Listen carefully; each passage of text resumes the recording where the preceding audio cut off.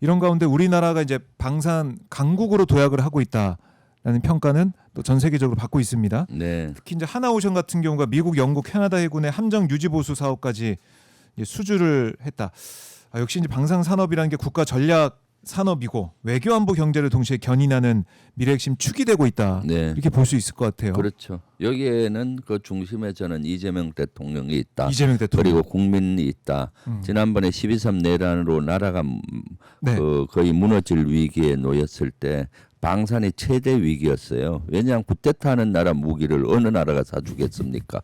실제 그래서 방산 기업들이 상당히 코너에 몰렸거든요. 계약도 해지될 위기에 놓였었습니다. 왜냐하면 쿠데타하는 나라의 무기 그렇죠. 원하잖아요.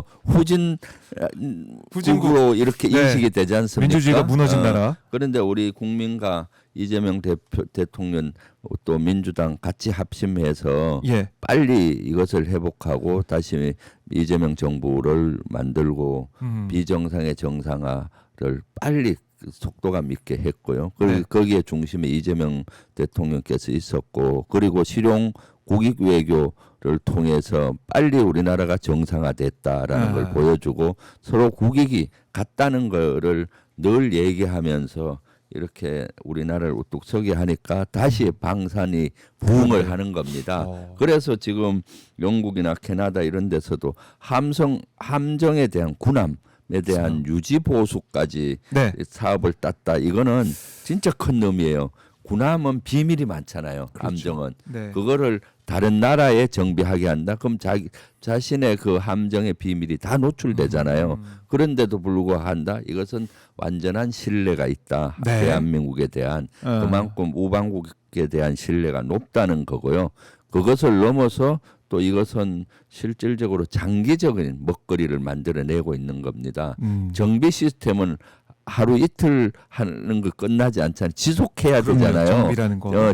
그래서 그걸 MRO 사업이라고 하는데 네. 이 정비 사업으로 엮여 있으면은 지속적으로 몇십 년 가는 겁니다. 그러니까 장기적인 먹거리를 만들어냈다라는 네. 의미에서 대단한 거죠. 그래서 조선 강국을 넘어서 이제는 진짜 방산 4대 강국이 목표인데 4대 강국이 빨리 우리 이재명 대통령께서 이렇게 하실 것 같고요. 특히 제가 지난번에 캐나다 특사단장으로 갔었는데 그때 이제 잠수함 수주 캐나다 하기 위해서 우리 잠수함의 우수성이나 네. 또 K9 또 천무 미사일의 우수성을 많이 설명했을 때 거기에서 많이 호응을 해줬고 그때 5, 6개국이 잠수함 수주를 위해서 그 노력했었는데 나중에 제가 갔다 온 다음에 한 1, 2개월 후에 2개 나라로 압축이 됐어요. 우리와 독일로.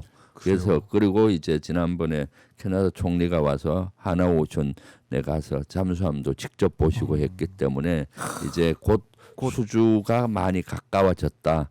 그걸 위해서 이재명 대통령께서 열심히 뛰고 계시죠. 네. 네.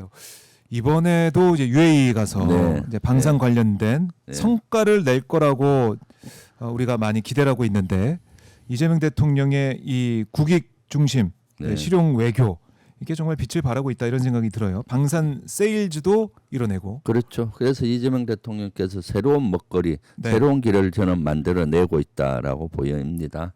그래서 지금 4개국 순방 중에 있잖아요. 지금 UAE에 계시는데 네. UAE하고 남아공뿐만 아니라 이집트, 터키에까지 예. 가시는데 UAE 같은 경우는 우리의 방산 이런 것들이 많이 필요로 해요. UAE에 우리 또 아크 부대가 가 있지 않습니까? 네. 그렇기 때문에 그런 거 그리고 UAE에 우리가 원전을 지어주고 있고 거기에다가 방산 이런 수출까지 이번에 많은 것들을 논의하고 올 거라고 봐요. UAE가 나라는 인구가 적지만은 네. 지금은 중동에서 되게 중심적인 역할을 해요. UAE가 우리나라 무기를 사주면 다른 나라도 사는 그런 선도 리더하는 국가거든요. UAE가. 예. 그리고 또 우리하고는 어떻게든 잘 지내보려고 UAE가 하고 있기 때문에 이번에 가서 많은 성과를 내고 오실 것 같고요. 네. 이집트도 마찬가지입니다. 이집트도 우리 무기를 구입하기 시작을 했거든요. 그래서 이집트하고도 여러 가지 성과를 내고 오시리라고 봅니다. 아주 적기에 UAE와 이집트 그쪽 중동 지역 그 순방을 하신다고 봐요. 네. 그러니까 윤석열이 해외로 가면은 참 불안하고 네. 걱정되고 막 그랬잖아요. 화가 나기도 하고 그랬는데 이재명 대통령의 이 외교 일정을 그동안 쭉 돌이켜 보면 정말 국격을 높이고 국익을 얻어내고 실용 외교하는 모습. 좀 또 우리 국민들이 살만 나는 것 같아요. 그때 그 윤석열 얘기하니까 윤석열 또 UAE에 갔어요.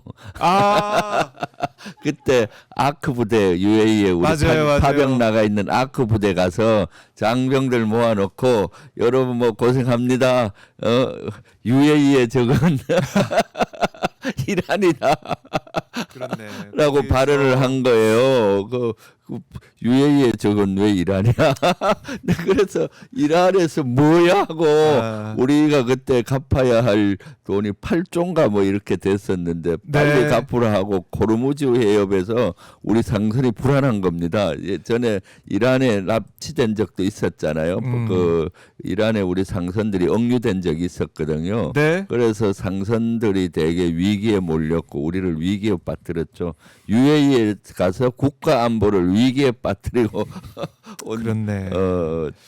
야, 참. 그 윤석열 참 네. 너무 비교되지 않습니까? 그렇네요. 네, 네. 우리 이제 국익을 사실상 훼손하는 그럼요. 그런 발언 때문에 난리가 났었던 그 기억이 국익 떠오르네요. 개선뿐만 아니라 나라를 위기에 위기에 빠뜨렸고 빠뜨리려고. 네. 국민들을 위기에 빠뜨려서 그때 제가 엄청 비판을 했었고 빨리 해결하도록 하고 왜냐하면 거기 호르무즈 해협으로 많은 상선들이 우리 다니는데 네.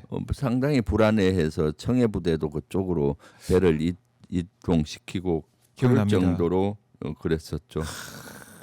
그때 너무 비교가 돼요. 지금. 그 기억을 아, 되새기게 예. 해주셨네요. 그런데요. 네, 그래서 참. 항상 그 윤석열은 해외 순방하면 꼭 그렇게 사고 치는 것들이 많이 있었죠. 말로만 뭐 영업사원 1호라고 했는데 사고뭉치 1호야. 그러니까 사고뭉치 1호였죠. 그래서 그때 또 제가 얘기했던 것이 우리 대한민국의 안보의 최대 리스크는 윤석열의 입이다. 맞아요.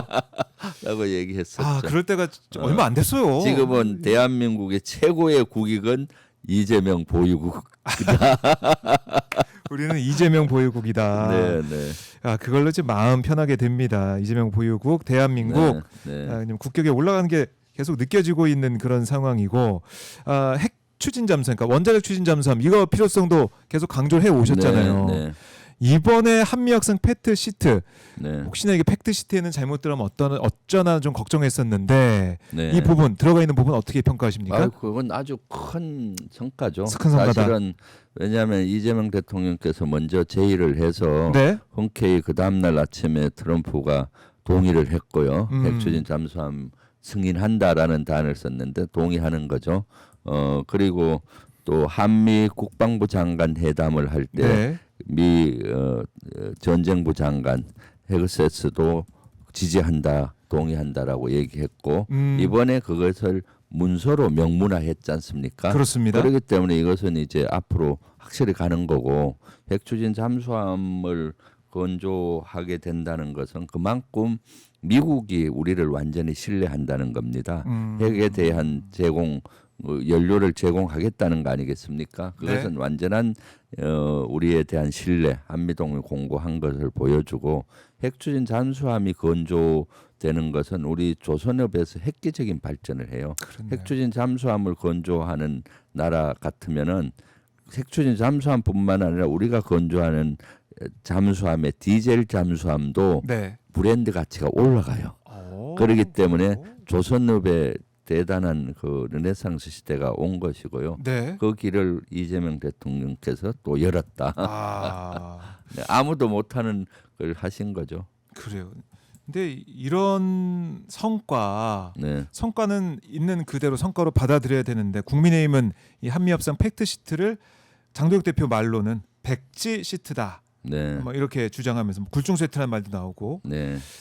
이걸 어떻게 봐야 될까? 또 이제 원자력 추진 잠수함 건조에 좀 합의하고 한국에서 네. 건조를 재확인했지만 네. 합의문에 장소는 없다. 뭐 이런 얘기도 하면서 그러니까. 뭐라 하던데 어떻게 평가해야 됩니까? 어떻게든 그쪽에서는 흠집 내려고 하는데 네. 사실은 국익 시트라고 봅니다. 국익 우리, 시트다. 예, 그 이번에는 팩트 시트가 저 국민의힘은 백지 시트라고 하는데 네. 국익 시트죠.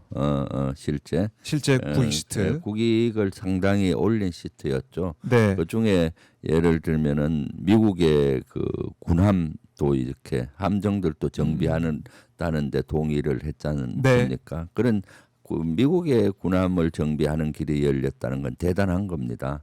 그동안 미국은 자신의 군함을 외국에 정비한 적이 없습니다. 실제. 네. 그런데도 불구하고 그런 거라든가 그리고 다른 나라와 비교해서 최선의 그런 협상을 한 거고 명문화됐다라는 거예요. 네. 그리고 경제계에서도 환영하지 않습니까? 지난번에 에이펙 때 만찬 때 제가 그 경제 회장들을 만났어요. 정의선 현대차 회장 만나서 그때 15%그 관세 합의가 됐던 시점이라서 네. 그 어떠냐 했더니 대단히 좋아하더라고요. 불확실성이 해소되고 그 정도면은 해볼 만하다. 네. 왜냐하면 다른 나라도 다 간세를 맞았기 때문에 우리만 맞은 게 아니잖아요. 그렇죠. 똑같은 그래서 출발선에 있는 거죠. 네, 현대차로서 대단히 환영하고 네. 나중에 보니까 이재명 대통령한테 감사하다고 뭐 이렇게 얘기를 하더라고요. 음. 이재용 회장도 그때 만나서 물어보니까 대단한 성과다라고 표현을 했었고요. 네. 네, 그런 것들이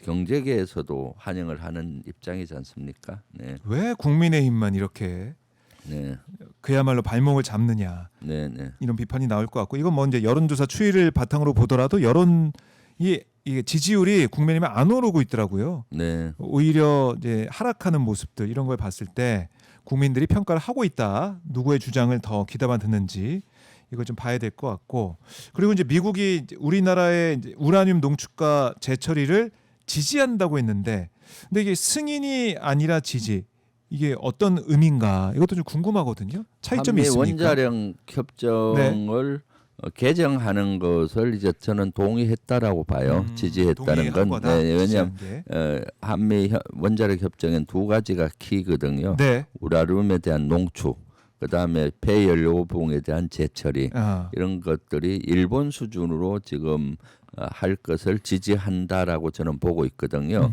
지지한다는 건 그렇게 뭡니까? 간다. 동의한다는 거 아니겠습니까? 그런데 예.